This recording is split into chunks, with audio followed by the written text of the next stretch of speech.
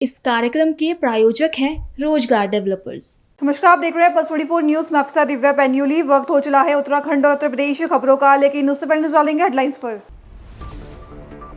लखनऊ में मुख्यमंत्री योगी आदित्यनाथ ने पीडब्ल्यूडी अधिकारियों के साथ की समीक्षा बैठक। 5 कालिदास आवास पर विकास कार्यों पर हुई चर्चा। सीएम ने सड़क परियोजनाओं की प्रगति पर लिया फीडबैक।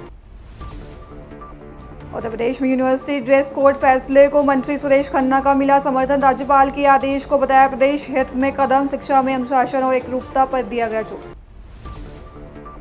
राजधानी देहरादून में पेनेसिया सुपर स्पेशलिटी अस्पताल के आईसीयू में लगी भीषण आग। शॉर्ट सर्किट से फैली आग, वार्ड में मचा हड़कंप। महिला मरीज के दम घुटने से हुई मौत। देहरादून शराब दुकान आवंटन पर हाईकोर्ट की रोक। आबकारी आयुक्त के आदेश पर लगी अस्थायी रोक। प्रक्रिया में गड़बड़ी के लगे आरोप। अगली सुनवाई 18 जून को तय। तुम दोनों की मेहनत बहुत रंग लाई है बेटा, घर बहुत सुंदर बना है। ये मेरे पापा का घर। पता है, देख तेरे पापा की नेम प्लेट अपने हाथों से लगाऊंगा। नेम प्लेट तो लग चुकी पापा।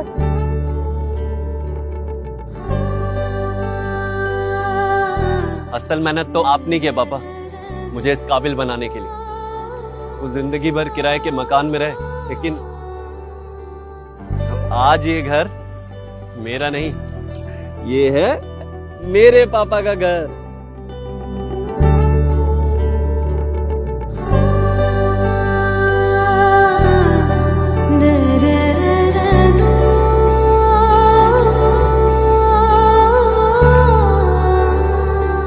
उड़ान सपनों की, आंगन खुशियों का और साथ सकर्णी का।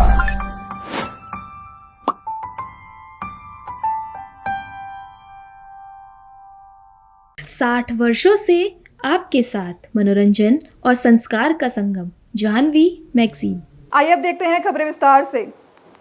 उत्तर प्रदेश के मुख्यमंत्री योगी आदित्यनाथ ने बीते बुधवार लखनऊ स्थित 5 कालिदास आवास पर लोक निर्माण विभाग यानी पीडब्ल्यूडी के अधिकारियों के साथ समीक्षा बैठक की।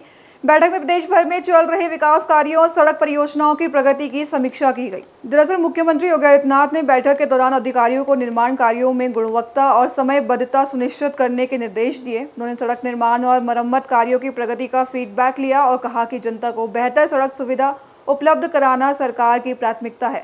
बैठक में विभिन्न परियोजनाओं की स्थिति, बजट और कार्यों में तेजी लाने को लेकर भी चर्चा हुई। मुख्यमंत्री ने अधिकारियों से पारदर्शिता और जवाबदेही के साथ काम करने को कहा। उत्तर प्रदेश में यूनिवर्सिटी और कॉलेजों में यूनिफॉर्म अनिवार्य करने के राज्यपाल के आदेश को लेकर प्रक्रिया सामने आई है, जहां राज्य सरकार के मंत्री सुरेश खन्ना ने इस फैसले का समर्थन करते हुए इसे प्रदेश के हित में बताया है। उन्होंने कहा कि ऐसे फैसलों का सम्मान किया जाना चाहिए। मंत्री ने कहा कि राज्यपाल स्वयं एक अनुभवी शिक्षाविद रही हैं। उन्होंने जो भी निर्देश दिए हैं वे प्रदेश के हित में होंगे। राज्यपाल जी बहुत अनुभवी हैं, स्वयं वो शिक्षक रही हैं और उन्होंने जो भी निर्देश दिया है, मैं समझता हूँ कि ये प्रदेश के हित में ही होगा और उनकी बात का सम्मान होना चाहिए। वहीं भाजपा सांसद दिनेश शर्मा ने इस पहल का समर्थन करते हुए कहा कि इससे छात्र एक समान दिखाई देंगे और संस्थाओं की पहचान भी बेहतर होगी। उन्होंने कहा कि उत्तर प्रदेश में शिक्षा क्षेत्र में कई सुधार हुए हैं और राज्य तेजी से शैक्षिक गतिविधियों का केंद्र बन रहा है। नहीं, पहले से भी इस प्रकार की चर्चा कई बार हुई है और तब विश्वविद्यालयों ने अपनी ऑटोनॉमी को लेके कि वो ऑटोनॉमस बॉडी हैं, पक्ष और विपक्ष में अपने विचार पहले भी दिए हैं। बहुत सारे इस समय अधिकांश जगहों पर ड्रेस कोड लागू भी है और मैं समझता हूँ कि विश्वविद्यालयों में अनुशासन, पठन पाठन की प्रक्रिया और उसके साथ साथ अगर कोई उनके छात्रों की समस्याओं के लिए जैसे समितियाँ श्री राज्यपाल महोदया ने बनाई है, ये एक अच्छी पहल है और मैं समझता हूँ कि ड्रेस के संदर्भ में जरूर एक समिति बनाकर वाइस चांसलर के साथ में बैठकर कोई और सुधारात्मक नीति का प्रतिपादन होगा, ऐसा मुझे लगता है। और एक समान बच्चे दिखें, अलग अलग देखते उनको लग जाए कि ये इस विश्वविद्यालय के हैं, तो ये भी अच्छी बात हो सकती है। अब इस पे तो विश्वविद्यालयों के वाइस चांसलर्स का और वहाँ के शिक्षक का और उनकी एक आम राय होनी चाहिए। और मैं समझता हूँ कि शिक्षा में जिस प्रकार के सुधार के कार्यक्रम किए गए हैं वर्तमान सरकार में, जब मैं उप मुख्यमंत्री के साथ शिक्षा विभाग था तो हम लोगों ने 4 चीज़ों पर लेकर कार्य किया था कि गुणवत्तापरक शिक्षा हो और तनाव मुक्त विद्यार्थी हो, सुखी मन शिक्षक हो और नकल विहीन परीक्षा हो। और इन चारों बिंदुओं पर बहुत बेहतर कार्य हुआ था। तो सुखी मन शिक्षक का मतलब था कि उनकी पेंशन, ग्रेच्युटी और तमाम प्रकार की चीज़ों पर उनका निस्तारण हो। एक विषय ये भी आया था कि 65 वर्ष की आयु क्या हो सकती, इस पर भी एक चिंतन मनन हुआ था। जैसा यूजीसी के दिशा निर्देश हैं तो इस पर भी एक विचार हुआ था। उनकी ग्रेच्युटी, उनके फंड्स, सबसे पहले उत्तर प्रदेश सरकार ने उनको 7वां वेतन दिया था। तो बहुत सारी चीज़ें हैं। नकलविहीन परीक्षा के लिए जो हमारा एक नियम बना तो वो पूरे भारत में उसको अडॉप्ट करा जाए, ऐसा माननीय न्यायालयों के निर्णयों में उसको वर्णित किया गया। तो मैं कह सकता हूँ उत्तर प्रदेश अब शैक्षिक गतिविधियों का केंद्र बन चुका है और ये एक अच्छा वो है कि सबके साथ सामूहिक स्वीकृति के आधार पर अलग अलग ड्रेस कोड हो तो ये ज़्यादा बेहतर होगा। खबर उत्तराखंड की राजधानी से है, जहां देहरादून के हरिद्वार रोड स्थित पेनेसिया सुपर स्पेशलिटी अस्पताल में बीते बुधवार सुबह बड़ा हादसा हो गया। बता दें, अस्पताल के आईसीयू में लगे एसी में शॉर्ट सर्किट के बाद आग लग गई, जिससे पूरे वार्ड में धुआं भर गया। हादसे में एक महिला मरीज की मौत हो गई है, जबकि राहत बचाव में जुटे 3 पुलिसकर्मियां भी झुलस गए। दरअसल जानकारी के मुताबिक सुबह करीब 9:20 पर आईसीयू में लगे एसी से चिंगारी निकली, जिसके बाद पर्दे और बेड ने आग पकड़ ली। देखते ही देखते पूरे वार्ड में धुआं भर गया और अफरा तफरी मच गई। अस्पताल स्टाफ, पुलिस और दमकल विभाग ने मिलकर सभी मरीजों को बाहर निकाला। कुल 14 मरीजों को नजदीकी कैलाश अस्पताल में शिफ्ट किया गया, लेकिन 60 वर्षीय वीरवती की दम घुटने से मौके पर ही मौत हो गई। राहत बचाव के दौरान 3 पुलिसकर्मी भी घायल हुए। घटना के बाद प्रशासन ने अस्पताल को सील कर मजिस्ट्री जांच के आदेश दे दिए हैं। मम्मी कल परसों घर में गिर गई थी, हमने एडमिट करा दिला के, वो थोड़ा सा सूजन था तो उन्होंने सब चेक ठीक था, ठीक है ना, तो हमने एडमिट करा दी। तो आईसीयू में बोलने के लिए बोल रहे थे, चार्जेस वार्जेस सब तय हुए। हमने कहा ठीक है रखो भाई, आप ठीक करो। उसके बाद सब नॉर्मल था। कल आज सुबह खबर आती कि भैया आग लग गई ऐसे ऐसे करके। बड़े भैया वहीं पर थे, जाने नहीं दिया अंदर, कहा कि नहीं आग लगी कम से कम। और सारी मम्मी मेरी जली भी है, बताओ इतना बुरा हादसा हो, जल के मरी है बताओ। और कह रहे कि उसका दम जो है धुएं से घुटने से मरी है, उससे हुई डेथ। और हमने अभी आके देखा, हमारे पास फोटो सब चीज है, जल के मरी, पूरा कान पूरा जल रखा, कितनी तड़फी होगी। मुआवजे का हमने क्या करना, लो हमारे से लो पैसे कितने चाहिए, हमारी माँ ला के दे दो बस। और ऐसे हॉस्पिटलों को कौन एनओसी देता है, मना कोई रूप नहीं है, ना वहाँ कोई सुविधा आग की, ना कोई बचाने वाला, बिजली वाला नहीं है वहाँ पे, पेशेंट में कोई नहीं है वहाँ पर। बताओ पेशेंट जल के मर रहा है, ऐसे हॉस्पिटल क्या करना, कुछ कोई सुविधा नहीं वहाँ पर।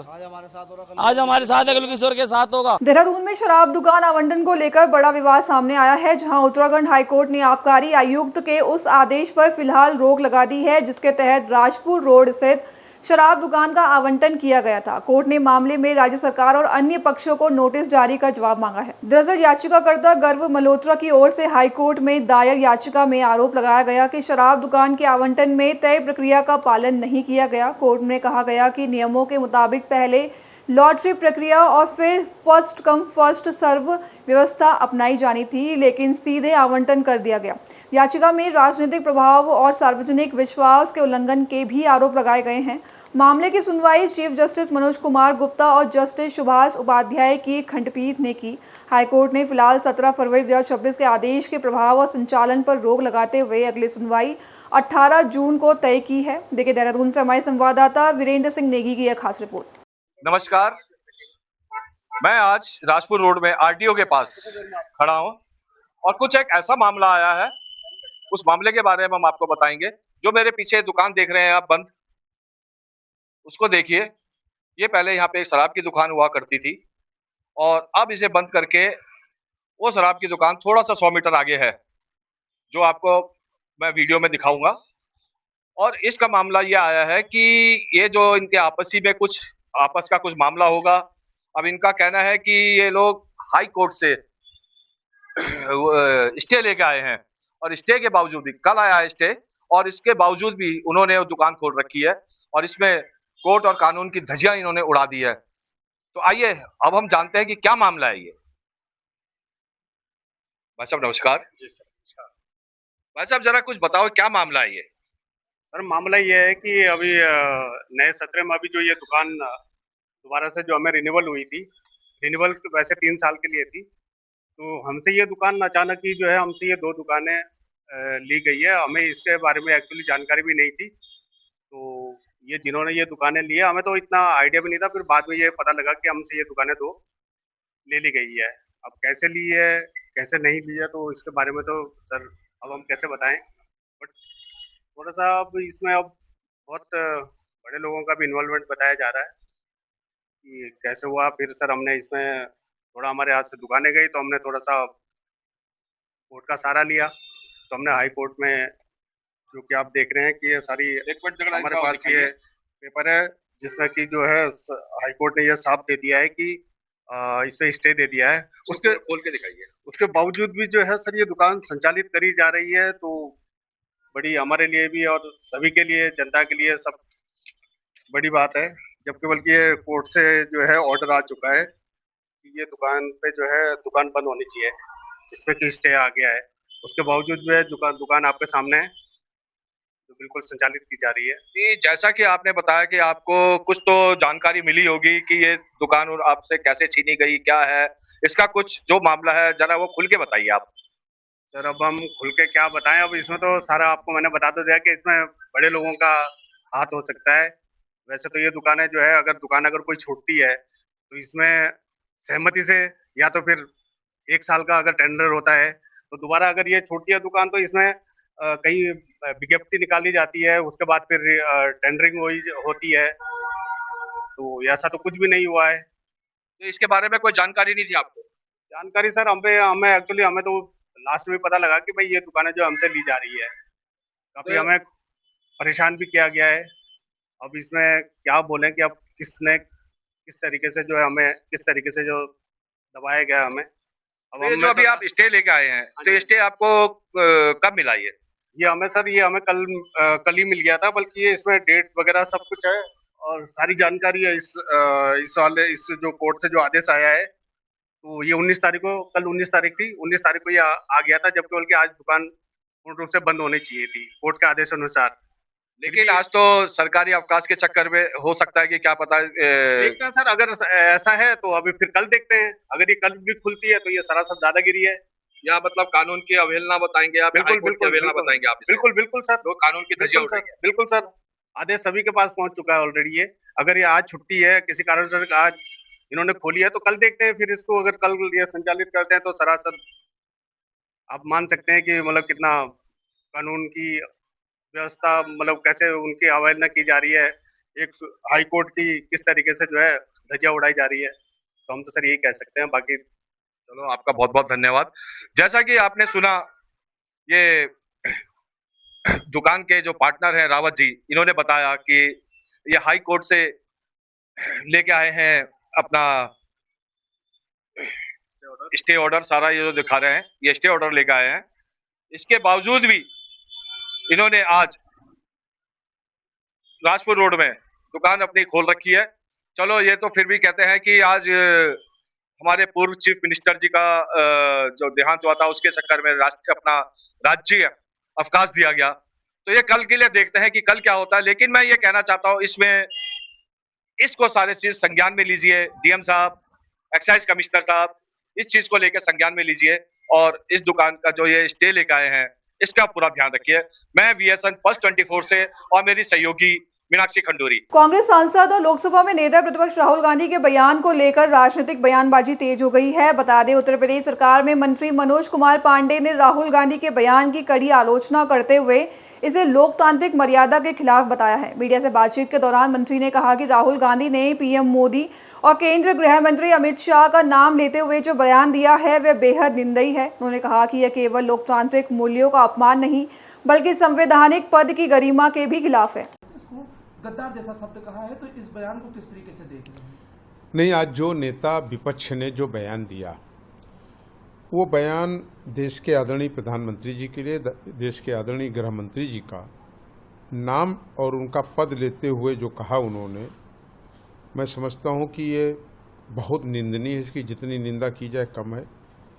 देश का जो लोकतांत्रिक हमारा ढांचा है और न ये लोकतांत्रिक मूल्यों का ही अपमान है, बल्कि एक सभ्य शिष्ट और एक लोकतांत्रिक व्यवस्था में खासकर जो एक नेता विपक्ष की संवैधानिक भूमिका का निर्वाह कर रहा हो, उस व्यक्ति के लिए देश के प्रधानमंत्री के लिए कहा गया है, देश के गृह मंत्री के लिए कहा गया है।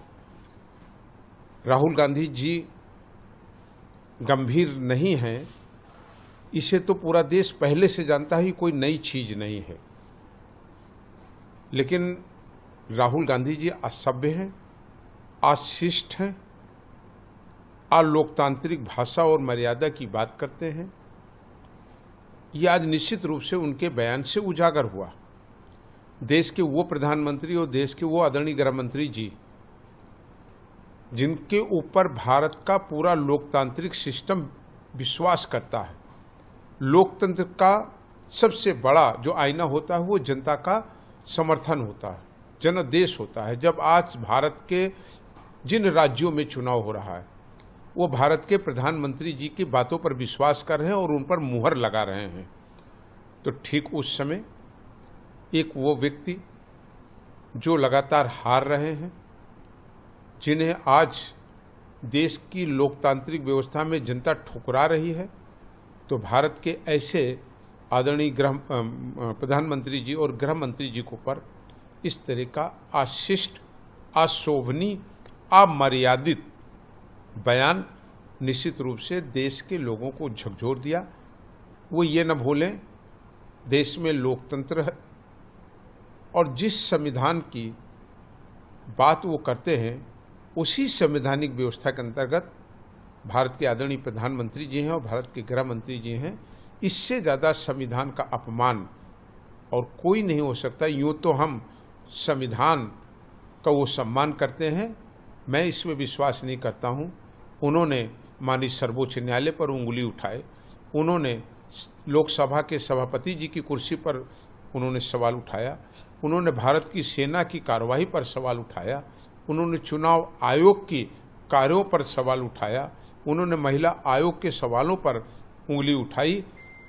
तो मैं तो उनसे बहुत अपेक्षा नहीं करता हूं, लेकिन आज उन्होंने देश के सबसे लोकप्रिय नेता आदरणीय भारत के प्रधानमंत्री जी और देश के सबसे दृढ़ इच्छा शक्ति के वो नेता आदरणीय अमित शाह जी, जिन्होंने देश को आंतरिक युद्ध से बचाया है, जिन्होंने देश को नक्सल से मुक्त किया है और जिनकी दृढ़ता और इच्छा शक्ति से आज छत्तीसगढ़, मिजोरम, नागालैंड जैसे, पंजाब, जम्मू कश्मीर जैसे राज्यों में पनप रहा आंतरिक आतंकवाद समाप्त हुआ है, उनको चुनौती दिया है। जिनके रग रग में देशभक्ति है, जिनके मन में रग रग 135 करोड़ लोगों के लिए प्यार है, स्नेह है, दया है, माया है, उनका अपमान करने का काम किया। देश की आने वाली जनता इसका जवाब जरूर देने का काम करेगी।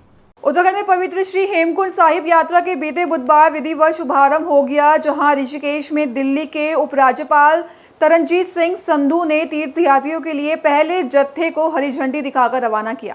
बता दें, यात्रा के शुभारंभ के साथ ही श्रद्धालुओं में खास उत्साह देखने को मिला। दरअसल ऋषिकेश में आयोजित कार्यक्रम के दौरान बड़ी संख्या में श्रद्धालु मौजूद रहे। इस मौके पर दिल्ली के एलजी तरनजीत सिंह संधू ने श्रद्धालुओं को शुभकामनाएं देते हुए यात्रा को आस्था और सेवा का प्रतीक बताया। हेमकुंड साहिब यात्रा सिख समुदाय की प्रमुख धार्मिक यात्राओं में शामिल है, जिसमें देश विदेश से हजारों श्रद्धालु हिस्सा लेते हैं। प्रशासन की ओर से यात्रा मार्ग पर सुरक्षा, स्वास्थ्य और अन्य जरूरी व्यवस्थाएं की गई है, ताकि श्रद्धालुओं को किसी प्रकार की परेशानी ना हो। खबर उत्तर प्रदेश के गोंडा से है, जहां सड़क हादसों में समय पर मदद को बढ़ावा देने के लिए गोंडा पुलिस ने राहवीर योजना को लेकर जागरूकता अभियान चलाया।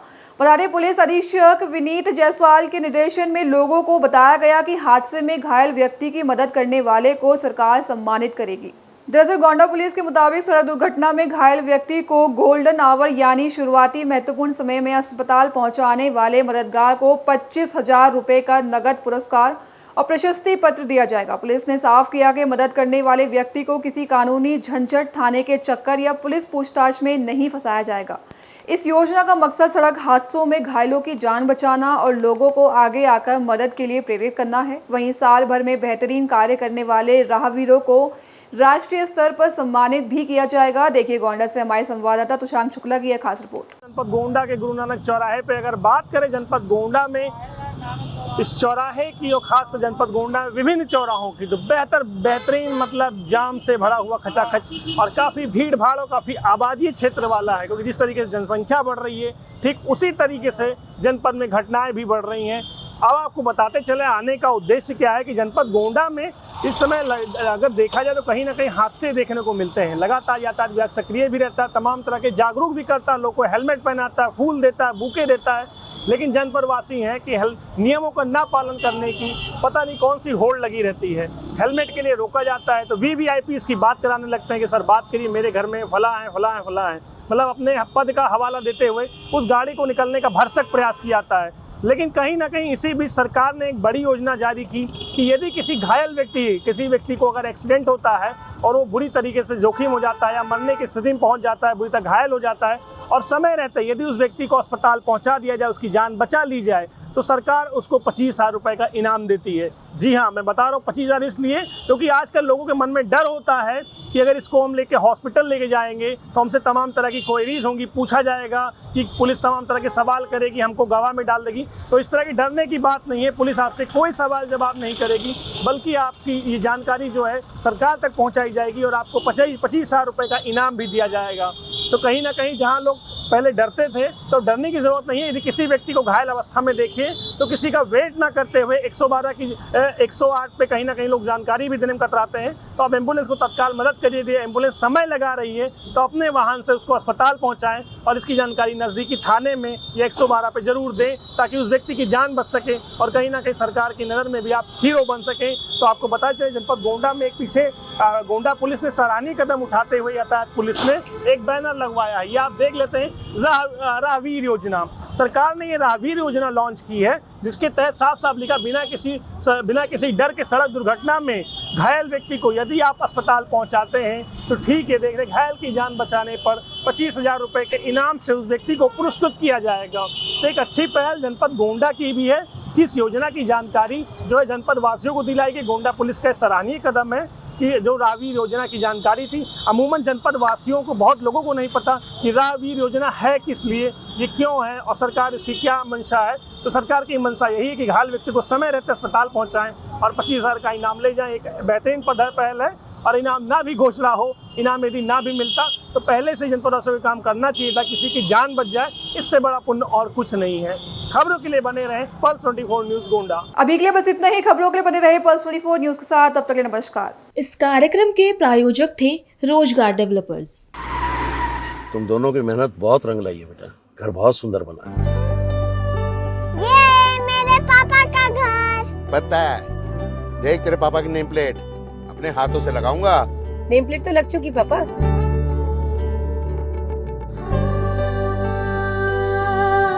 असल मेहनत तो आपने की है पापा, मुझे इस काबिल बनाने के लिए। वो जिंदगी भर किराए के मकान में रहे, लेकिन आज ये घर मेरा नहीं, ये है मेरे पापा का घर।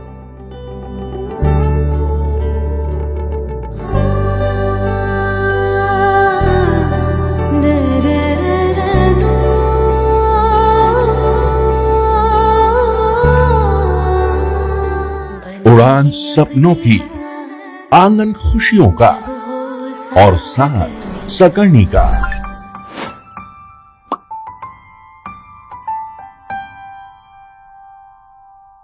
60 वर्षों से आपके साथ मनोरंजन और संस्कार का संगम, जाह्नवी मैगजीन।